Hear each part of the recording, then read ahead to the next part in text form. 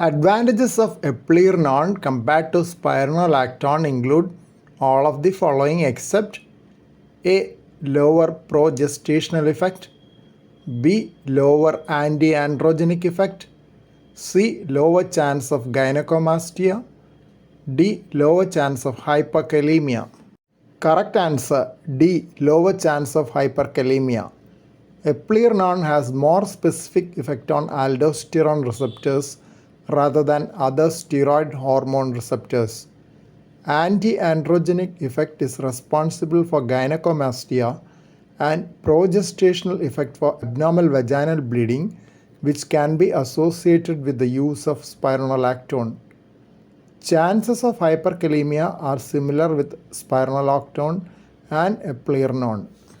Nitroglycerine is contraindicated in myocardial infarction associated with A. Hypertension, B. Left ventricular failure, C. Angina, D. Right ventricular infarction. Correct answer D. Right ventricular infarction.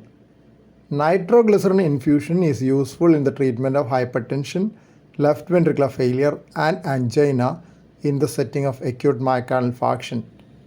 In inferior wall myocardial infarction associated with right ventricular infarction, nitroglycerin can lead to hypotension as it lowers the preload and thereby the right ventricular filling and output. Drug which should not be taken within 24 hours of nitrate intake and vice versa.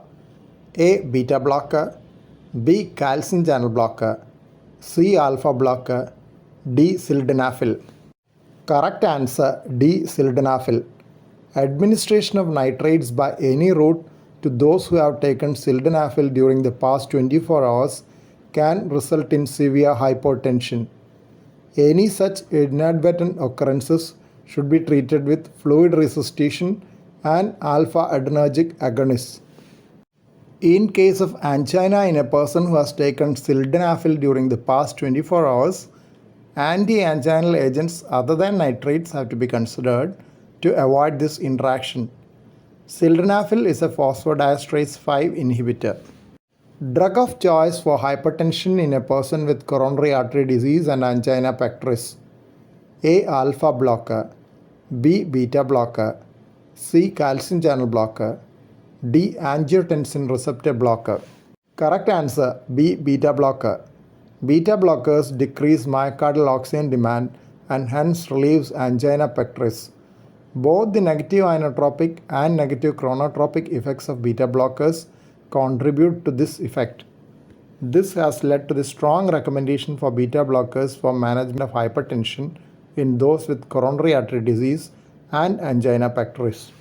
Cardioselective beta blockers without intrinsic sympathomimetic activity are preferred in this context. Severe bronchospasm, sinus or atrioventricular conduction disturbances, and decompensated heart failure are relative contraindications for the use of beta blockers. Beta blockers shown to be useful in heart failure include all except A. Carvedilol, B. Metoprolol, C. Bisoprolol, D. Atenolol. Correct answer D. Atenolol. Atenolol is a hydrophilic beta blocker while the rest are lipophilic. Trials showing efficacy in heart failure. Carvedilol, COMET trial, Metoprolol, MERIT-HF trial, Bisoprolol, CIBIS trial. Anticoagulation for atrial fibrillation in hypertrophic cardiomyopathy is recommended when A. in all patients, B. when CHARTS-2 score is 2 or more, C. when CHARTS-2 VAS score is 2 or more, D. none of the above. Correct answer A. in all patients. As per the ESC 2014 recommendations, anticoagulation is recommended in all patients with atrial fibrillation in hypertrophic cardiomyopathy as the stroke risk is high, occurs in over 1/4 of patients.